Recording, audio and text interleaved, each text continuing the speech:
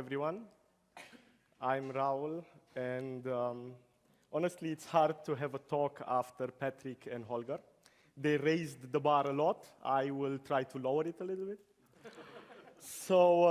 And we will start by having a new name, right? The presentation initially was called Redefining the Product Team. But when Scott asked me to talk about what we do in Mission 4, one of the Omantis missions, the first thing that came to my head was redefining the product team, right? How we set up the teams and how we continue working with them. And that's wrong, because at the end of the day, our success wasn't based on that. It was based on more parts, and just the team was part of it. So I will tell you a story. I will tell you a story about what we did in Mission 4. And it will be, hopefully, a more technical story than the initial title. And everything started three months ago when our beloved CTO called me and told me, hey, we have a challenge. And that challenge was, we have a Trello board full of features, and we have 6 months, make it happen. Right? Obviously, it was a question, it wasn't make it happen, but he asked, can we do it? I said, yes, we can do it, and yeah, but this way it's more dramatic. So yeah, how do we start? We didn't have anything. We had basically 2 people doing sales and business. We had 3 part-time designers that did a lot of stuff in the background, so we needed to start somehow, right? And the first thing you do is you ramp up development team. And how do you ramp up a development team? And it's interesting because the products have different stages. There are mainly 4 stages for products. It's the product to market fit. Then we go into a scale out phase. We then end up in an earning phase, and then we get to commodity, right? And in this kind of startup mindset, you always have to prepare for uncertainty, and you're in a product to market fit. So therefore, we needed to look at the 2 types of people that are out there. And there are 2 types of people. It's when you face a challenge, right? Or you have an opinion against somebody. And there are 2 ways of dealing with it. It's the type of people that do the yes, but, and there is the why no people, why not people. And every time you have a discussion, it's like, yes, but this doesn't work, right? And it's problematic to enable growth in this way. And there are the why not people, meaning if they have a doubt in putting things the way you want to, or doing things the way you want to, they first try to find another solution. And then they say, okay, but why not doing it like this? And these kind of enablers, we needed. So we looked at people that want to change, people that want to readapt, maybe full stack developers, people that didn't see and didn't consider themselves as being identified with one technology, but with the technology itself. So we ended up with a mix, right? We put a job posting out there. There were 4 people out of Haufe, and there were 4 people that we hired externally. So we ended up with 8 people, and 8 engineers. And we split them up, and I will tell you why we did that. Nevertheless, we had 3 teams, 3 Scrum teams, and each of them having 2 or 3 developers. And then we had this design team, and we said, like, it's good, like, these guys are seniors that do an amazing job, but can we really iterate, and can we really get out there as fast as we want if we do not have designers inside the team? And we came to the conclusion, no. So we integrated the designers into the team, into the Scrum teams of development, so that we consider designers as being still part of the development life cycle. So yeah, it was quite a journey to get there. I still believe it's a good mix right now. We might change it afterwards. And then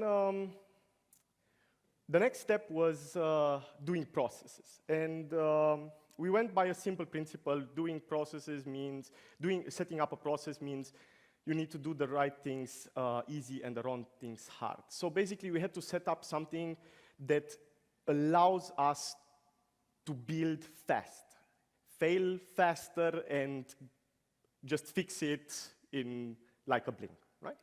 And therefore, we went with an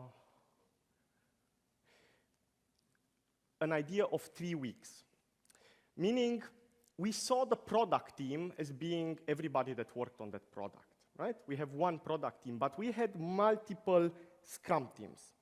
And each of those Scrum teams do not consist of specific people that cannot move around, but these Scrum teams are purpose-based.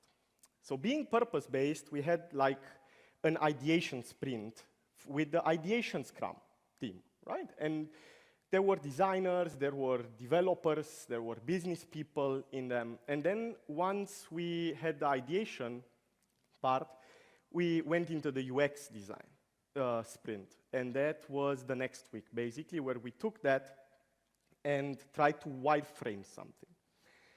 And after that, we said, okay, now let's implement what we have. So every 3 weeks, we had a full life cycle from concept to deployment, right? To a demo to our stakeholders. And this is really interesting because we had to change the way we looked at architecture, code, the tool chain, the tech stack we used. We had to think starting from a white paper. And on top of that white paper, we added small features, features upon which we could iterate. And by iterating on them, we started, let's say, a profile page, right? And then in the ideation phase, we say, what do we do with the profile page? And that profile page, what can we do? Let's say we need a name, we need a title, and we need some information. And then in the UX, we went through the layout. And then, at the end, when it came to development, we said, what can we do in one sprint to be valuable to the customer, or valuable to our stakeholders, or to the end user, based on the situation? And it was maybe just setting up a name.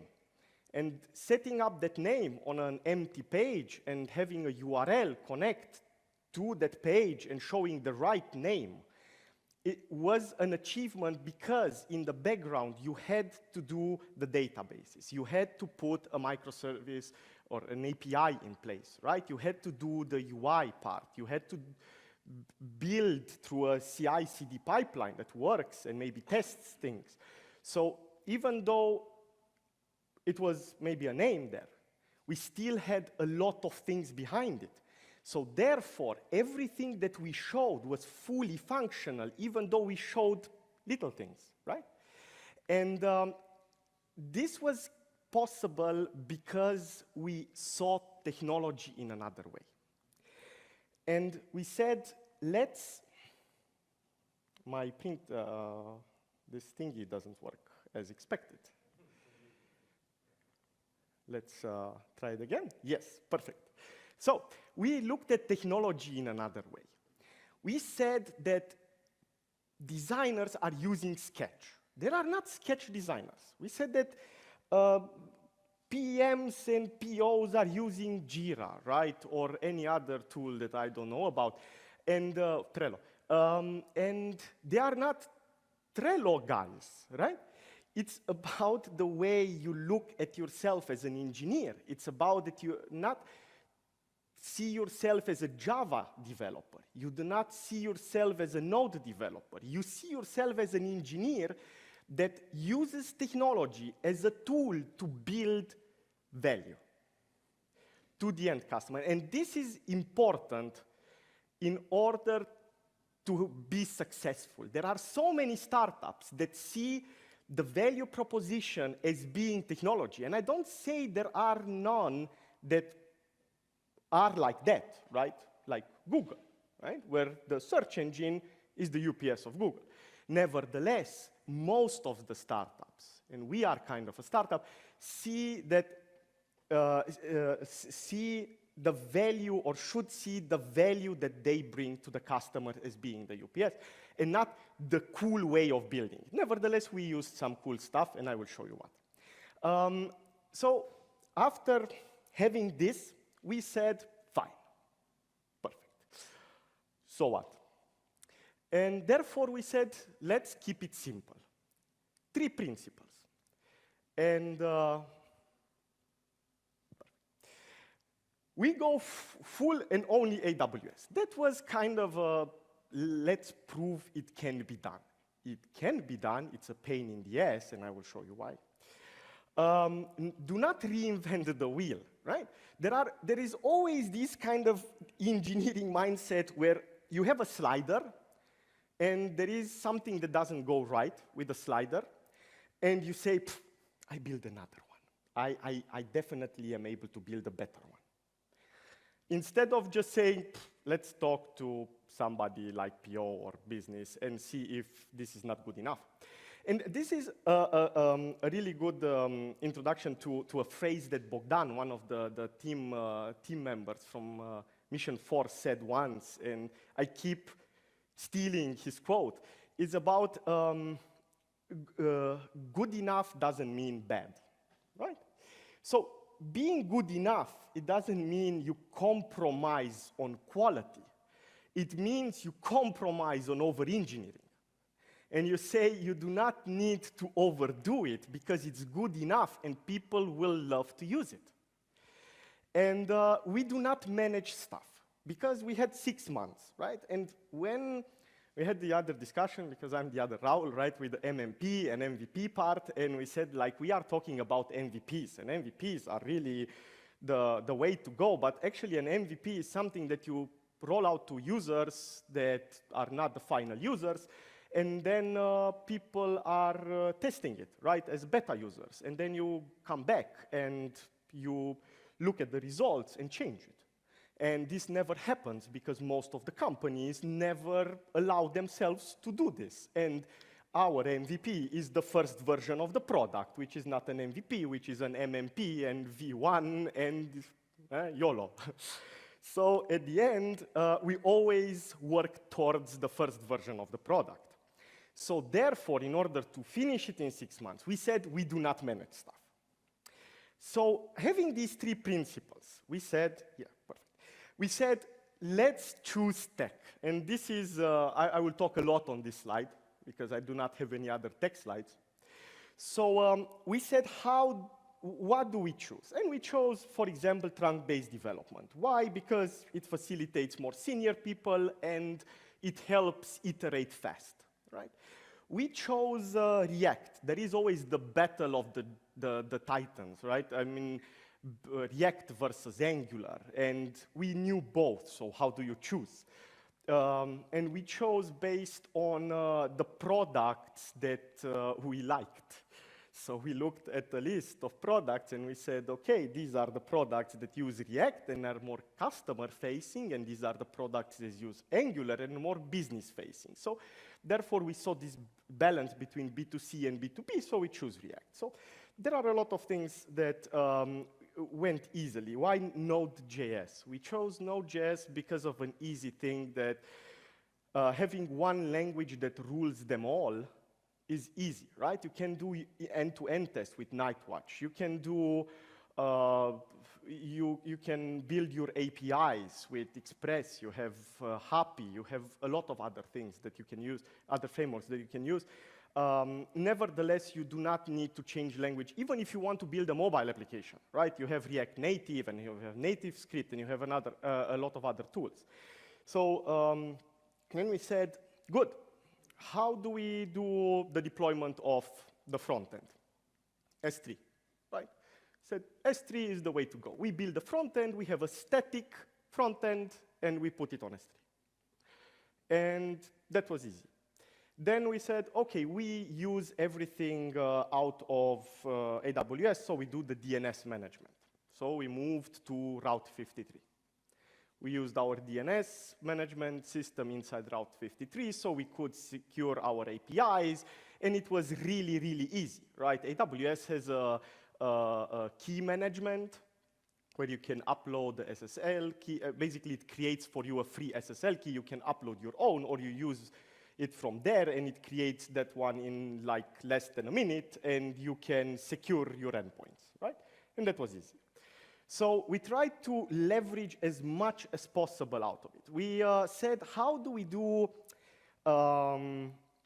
the Git, right? Where do we use Git, and how do we manage our repositories? And it was code commit, right? It was easy, and it was in there, and everything worked with each other. We use Cognito as our user pool, because if you want to have, like we have federated login, we can easily use Cognito for that. And there, then it started to become messy, because databases. And I said, what do we use as databases? And we looked at GraphQL. Said, do we use GraphQL? Because it's easy, and we can adapt. And then we started implementing it, and after a few weeks, we saw that we need custom mutations. And GraphQL, I don't know, who worked with GraphQL before? Did anyone? No. Okay. So GraphQL is, let's say, basically a gateway to a data store, and that lets you interact pretty easily with the data store through simple queries. And you query whatever you want, and it creates a composition, it merges together, and gives you the data back. So it's fairly easy, as long as you need only entities. The moment you need to put more entities together, then it becomes messy. So we said, scrape it, and we went with Neptune. Neptune is a graphical database, and that graphical database lets us have different entities, points of interest, and then reconnect them connect them to each other through relationships. Meaning, if I have a friend, I say, I don't know, me as an entity, I'm friends with Paul, that's another entity. And therefore, we can represent the data in this way pretty easily.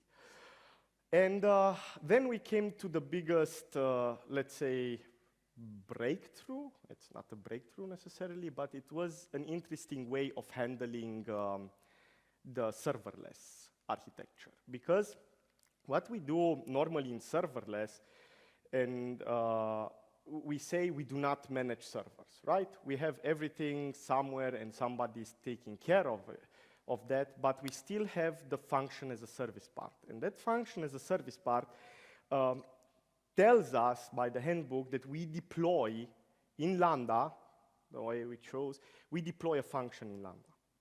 And this is exactly the thing we didn't do. What we did is basically, we took an entire Express app and used Lambda as a VM. And we put the entire Express app in Lambda, and that Express app had a lot of functions in it. It had a lot of routes in it. API gateway basically pointed to that one Lambda, and then that one Lambda inside routed to the different endpoints. So that was something that we didn't saw in other products. We tried it out, and it works. And why it works? Because the entire API has maybe 10 megabytes, 20 megabytes, but at the end, the Lambda supports, I don't know, 100 or something like this. So it was really easy for us then to have an API also running on our PC. And I will show you how we did it. But without having the struggle of debugging and interacting with the Lambda itself, but having it locally and being able, if we want to switch and not have the vendor lock in, to move that Express app into maybe a Docker, or maybe another VM, or on Elastic Beanstalk, or whatever, right? Heroku, whatever. So it was something that we can do right now fairly easy. So then, having everything in place, we said, how do we continue? We need somehow to automate our deployments. And how do we automate our deployments? And how do we implement proper CI/CD? And by implementing proper CI/CD, we thought about a new thing by AWS, fairly new, and it's called CodeStar. And what does CodeStar do? It basically gives you a pipeline where you have from source code, right, that you use, for example, we use code commit, and from the source code to the final monitoring, it puts everything in place. So it uses the code pipeline to encapsulate a pipeline and uses AWS code commit as the source code that triggers then code build, which builds our applications and then deploys them through code deploy, and we can see everything in CloudWatch that we want to see as monitoring, right? And how it does that is basically it creates a CloudFormation template. And that CloudFormation template gets deployed, so it's easy to roll back or to deploy it, to deploy a new version. So that was fine, and it's fairly easy. It's that easy, right? You log in into AWS, you go into your console. Once you're in your console, you go to CodeStar, you create a new project, you have lots of templates predefined, you choose the right one for you, put in a name, click 2 times next, and done. You have an application up and running. And this application has an endpoint, it has a front end, it has a back end, it has a repository containing everything in code commit, it has the secured URL through API gateway, and period, right? Everything is awesome. Yeah, good.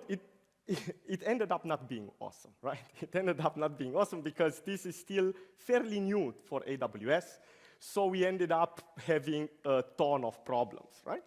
One problem is, for example, you cannot change configurations of the template. So that's a bug they didn't fix for 3 months. So once you pick a template and you want to go into the build settings and change things, it tells you that the role that they created by default cannot change those things. So we are, it's definitely, CodeStar is definitely not a product that you should use now in production, right? They need a few iterations more in order for them to figure it out. So, but nevertheless, it was good enough, right? It was good enough. We had everything up and running. You saw it in like, how much? 30 seconds? So, but there was still a problem. There was the problem of CloudFormation. And everybody that used CloudFormation once in their life knows it's a pain in the ass. Because you try really, really hard to create a CloudFormation template, and then once you've done it, like 2 weeks after, you try really, really hard to fix that error that most probably will appear once you run it the first time. So what we said is, let's try to make it human. And how we know about serverless, one you talked about, right? And serverless has this awesome thing called the serverless YAML, which is human readable, meaning you can put things in there that you really understand, and they do the magic and build the final CloudFormation template, and that CloudFormation template then is deployed, right? And you don't care. And if you have an error, you can easily figure it out when an error happens on the serverless YAML file. So we had this gateway, right? Gateway of us understanding CloudFormation and real CloudFormation. So we used that. And this opened up a lot of easy implementable plugins, right? We have the issue that you also described with the Lambda going down. Meaning after 4 to 8 minutes, the Lambda goes down and it needs a warm-up time. So there is a pretty cool plugin in serverless that you basically npm install the plugin and you put the name of the plugin in the plugin section, and serverless does all the magic, meaning it creates another Lambda function that through a CloudWatch event pings your Lambda every 5 minutes. And it stays always up. And you can put a code there that says, if you call me through a Lambda function, then just ignore the call. And it's really cheap. It's, I believe, a few bucks for, there is a benchmark, a few bucks for 100 Lambdas that take 100 megabytes each or something like this. There is on their site the benchmark. So how did we do that? We did it pretty simple. So this was the initial build spec, the build, right, of CloudStar that was generated automatically. So we had to just change 2 sections and then put our own stuff in there. And it worked. And we did the migration from the native CloudStar implementation to our native serverless implementation. So then you see here, for example, how we did the build, right? The build was pretty straightforward. So what we did is we installed all packages that we needed, and we ran then a build of the front end. We deployed it to S3, and then we packaged the backend and deployed it to Lambdas, and that's it. What was also interesting is the simplicity of the app that we use. We have one repo that has 2 folders, one API and one client. And the client, what it does, it is basically a React app. And that gets then built. And the API is one Express app that gets then built and deployed. There are two issues with that. When deploying to S3, we do not have rollbacks. And how do we manage that? We manage it simply by, we ran the front end through a Lambda function. So basically, we packaged everything, and then we deployed to S3.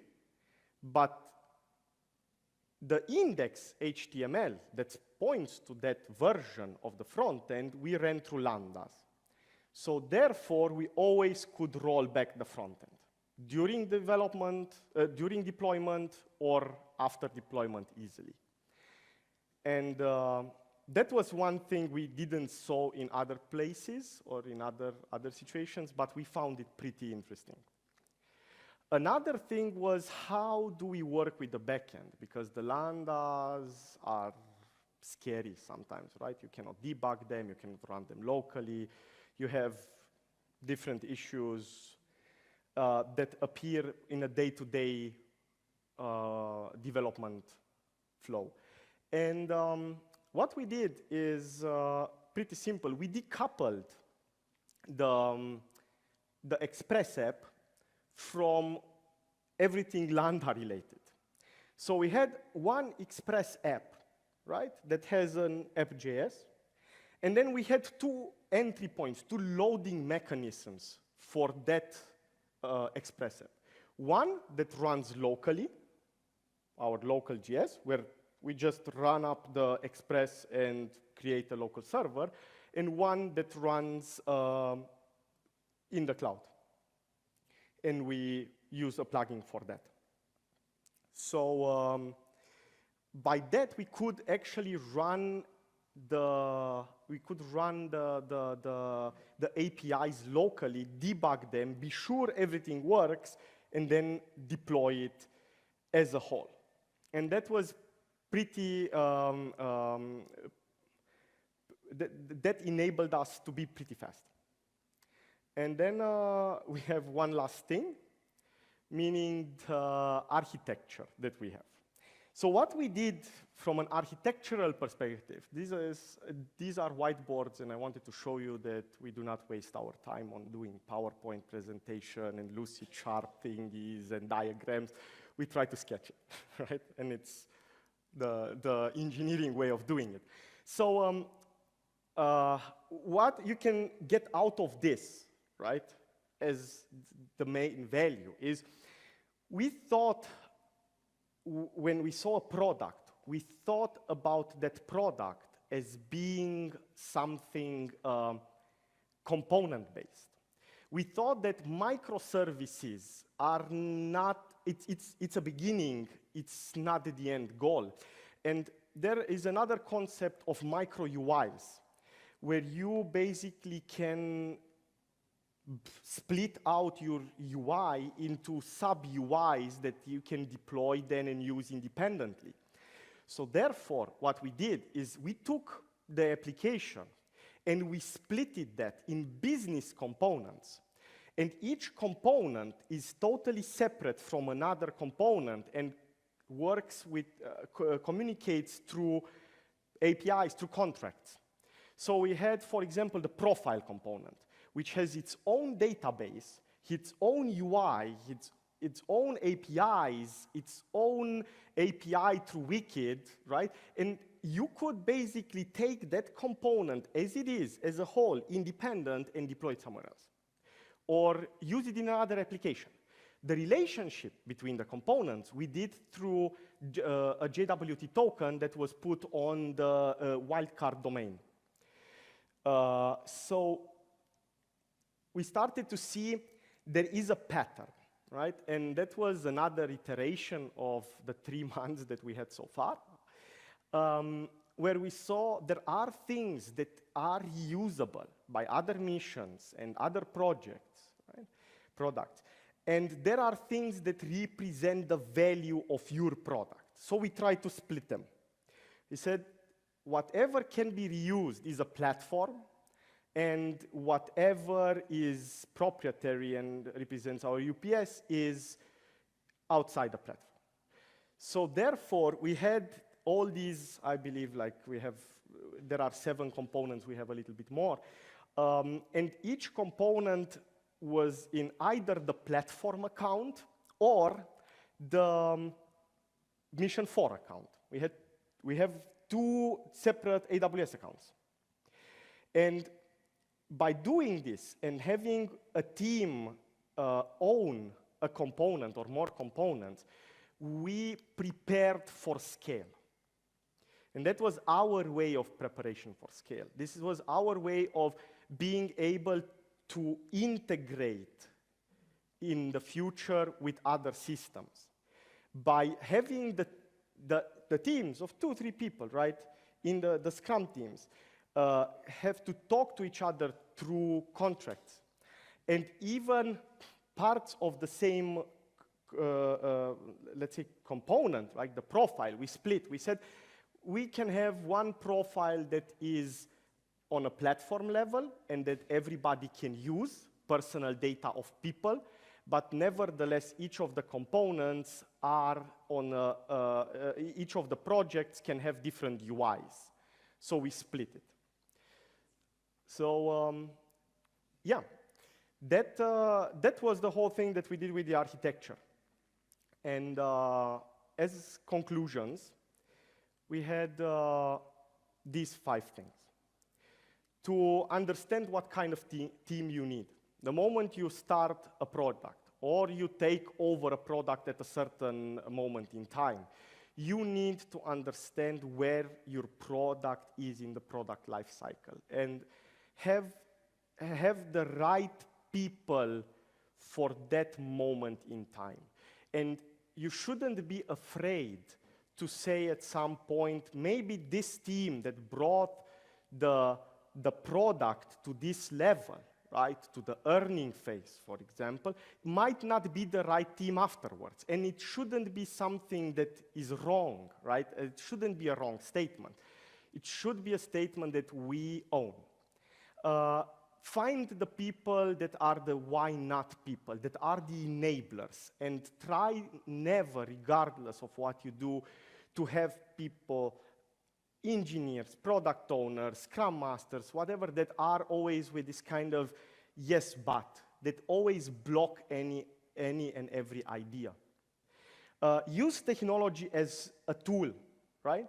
We are engineers, and as any other profession uses different tools to get things done, we should use also technology to get things done. If we need to use Python, we use Python. If we need to use Java or Node, we use that. If we need to transition from React to Vue, we do that.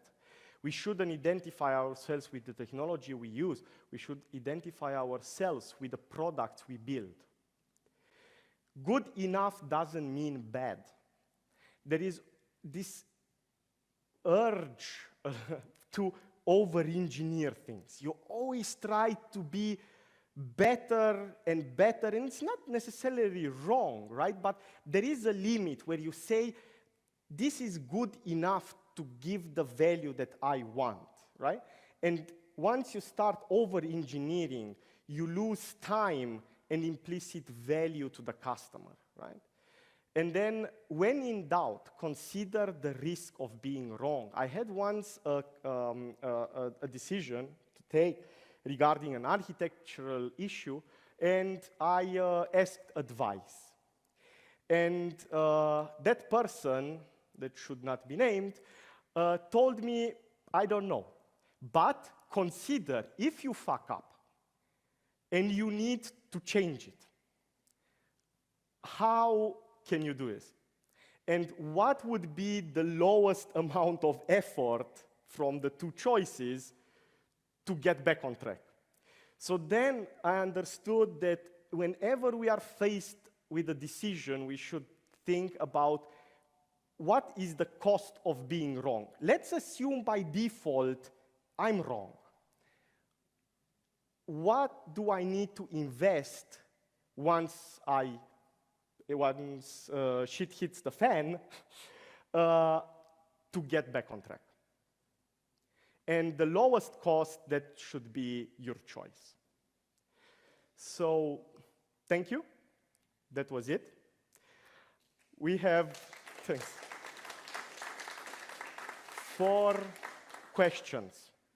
If you have questions, I have also the Slido prepared. So if anybody has questions, I don't know how I'm doing in time, to be honest. 10 minutes. Okay. Awesome. I wasn't expecting that, to be honest. But fine. So, anyone, any questions? I don't know. It's really interesting because I don't know what questions to expect, because the title was more, it wasn't that technical, and then I changed it, and it was kind of technical talk. So, how many of you are engineers? Raise up your hands. Okay, so half. So the other half, Scrum Masters, business owners, PMs, POs, right? Okay, good. So, do you have questions? Yes. Okay. So out of these discussions you face, and you could not decide on which way to choose, and you choose a cheaper one to fix later on. Yes. Is there anyone that you've regretted, and then which one? That's a hard question, to be honest. Regretting regretting going the wrong path, or Just what's the learning of what you would have decided differently in an aftermath?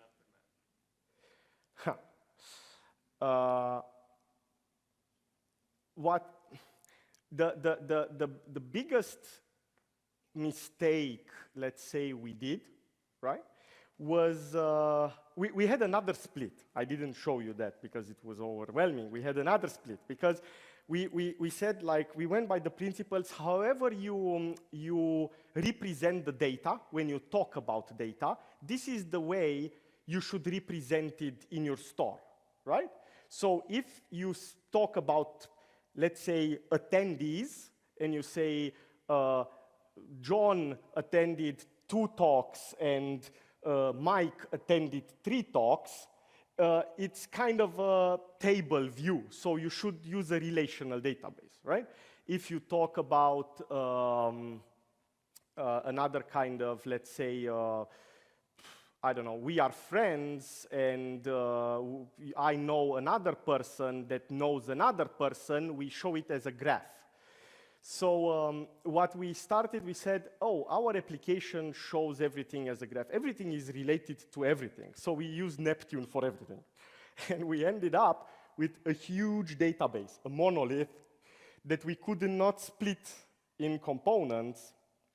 And we had to remove everything and start from scratch. And we said, okay, let's put the data in ways we can separate them and see. We still did want to use Neptune, right? We still did want to use Neptune.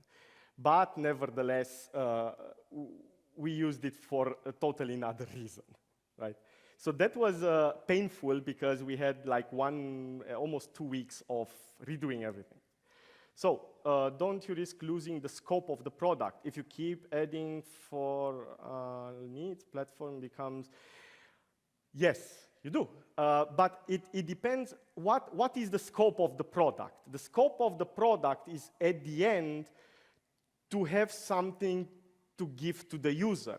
So if you readapt, you by default change the scope. If the question is more if you change the outcome of the product, that I do not believe, because at the end you can say your product needs to be able to manage feedback inside the company.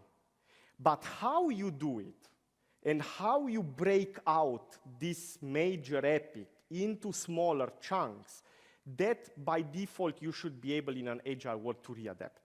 So yes, you're not only risking changing the scope, the smaller part of the outcome of the product, like the value of the product, but you're definitely gonna change it.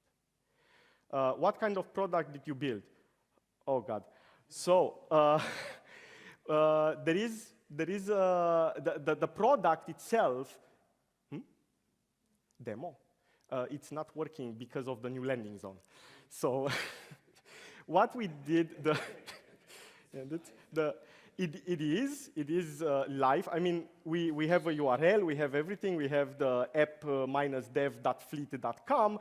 Unfortunately, it's not working because we transition now to the new landing zone, and the new landing zone in Haufe brings their own challenges with it, right? So we have to tackle those challenges now to make it work again. So, but it was. The old one, I don't know. I wouldn't risk that.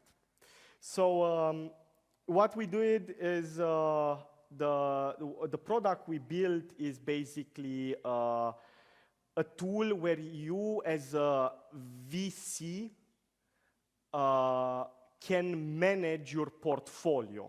You can manage all the sub-companies you have and how you invest in them and how you walk them through different stages in order for them to be a success.